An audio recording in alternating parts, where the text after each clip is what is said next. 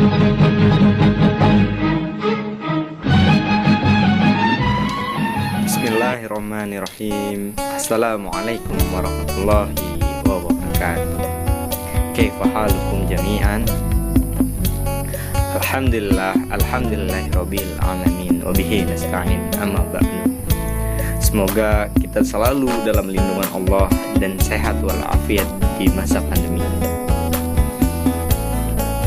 Baiklah, sebelum saya menjelaskan materi dari kelompok 2 yang berjudul hadis dan hubungannya dengan Al-Quran, bolehkah saya izin memperkenalkan diri?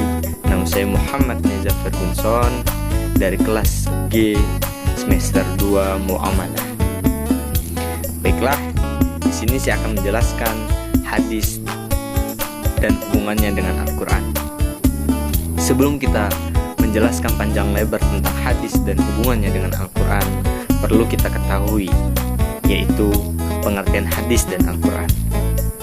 Jadi, pengertian hadis yaitu adalah berasal dari bahasa al-jadid, sesuatu yang baru. Hal ini merupakan lawan kata dari al-qadim, sesuatu yang lama. Adapun menurut istilah, al-haditsu hiya ma sadara an Rasulullah alaihi wasallam min qaulin au fi'lin au takririn. Hadis ialah sesuatu yang berasal dari Rasulullah Shallallahu Alaihi Wasallam, baik berupa perkataan, perbuatan, dan penetapan pengakuan atau pengamalan. Adapun beberapa pendapat di kalangan para ulama mengenai pengertian hadis. Di antaranya menyatakan bahwa definisi hadis sebagai berikut: segala perbuatan, dan ikhwal Nabi Muhammad Shallallahu Alaihi Wasallam. Dan hadis merupakan hakul yakin. Sebelum kita mengetahui, kita harus mengerti pengertian dari Al-Quran tersebut. Al-Quran berasal dari kata bahasa Arab, yaitu qara'a yaqra'u, yang berarti bacaan. Menurut istilah, Al-Quran adalah kalamullah munazzilu ala Muhammad sallallahu alaihi wasallam bil arabiyah wa manquli alaina bitawaturi tilawah. Artinya, Al-Quran adalah firman Allah atau perkataan Allah yang diturunkan kepada Nabi Muhammad SAW melalui perantara malaikat Jibril dan disampaikan kepada kita secara mutawatir atau berangsur-angsur. Setelah itu baru kita mengetahui kehujahan hadis dan hubungannya dengan Al-Quran, atau alasan kenapa hadis memiliki hubungannya dengan Al-Quran. Kehujahan hadis adalah keadaan hadis yang wajib dijadikan hujah atau dasar hukum al-dalil asy-syar'i selain Al-Quran yang dibuktikan dengan dalil-dalil yang syariah. Para ulama sepakat bahwa hadis menempati kedudukan kedua setelah Al-Quran, meskipun di dalam Al-Quran tidak pernah diterangkan bahwa dasar hukum kedua adalah hadis. Hanya saja konsep yang menunjukkan kewenangan Nabi Muhammad SAW dalam melahirkan sumber hukum kedua, yaitu hadis, secara langsung dari Al-Quran dengan menyinggung tentang kepatuhan terhadap Rasulullah SAW, bahkan merupakan suatu kewajiban mengikuti segala perilaku Nabi kita, yaitu Nabi Muhammad SAW.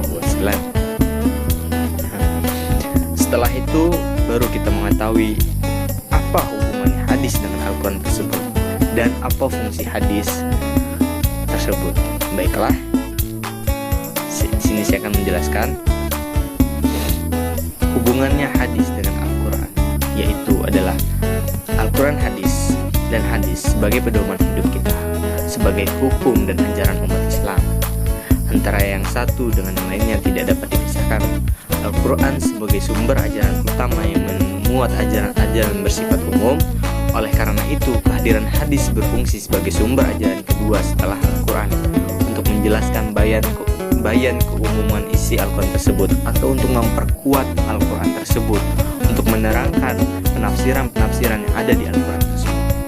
Sesuai firman Allah Subhanahu wa taala dalam surat An-Nahl ayat 44 yang berarti keterangan-keterangan mukjizat dan kitab-kitab, dan kami turunkan kepadamu Al-Quran agar kamu menerangkan pada umat manusia apa yang telah diturunkan kepada mereka, dan supaya mereka memikirkan. Nah, diambil kesimpulan bahwa hadis hubungannya dengan Al-Quran adalah untuk memperkuat dalil-dalil Al-Quran atau menjelaskan Al-Quran secara terperinci. Nah, adapun fungsi hadis sebagai penjelasan bayan Al-Quran dalam pandangan ulama berbeda-beda. Di antaranya salah satunya itu Imam Maliki bin Anas menyebutkan ada 5 macam fungsi hadis terhadap Al-Quran, yaitu yang pertama bayanu at-takrir, bayanu at-tafsir, bayanu at-tafsil, bayanu al-ba'ats, bayanu at-tashri'. Yang kedua, pandangan Imam Syafi'i menyebutkan ada 5 fungsi, yaitu bayanu at-tafsil, bayanu at-taksis, bayanu at-ta'in, dan bayanu at-tashri' dan bayanu an-nasah. Itulah hubungannya hadis dengan Al-Quran dan fungsi-fungsi hadis sebagai ajaran umat Islam atau sebagai bayan Al-Quran secara terperinci. Saya berharap semoga penjelasan materi saya ini bermanfaat bagi seluruhnya, dan saya merasa masih banyak kekurangan dari saya, maka mohon maaf dan harap dimaklumi.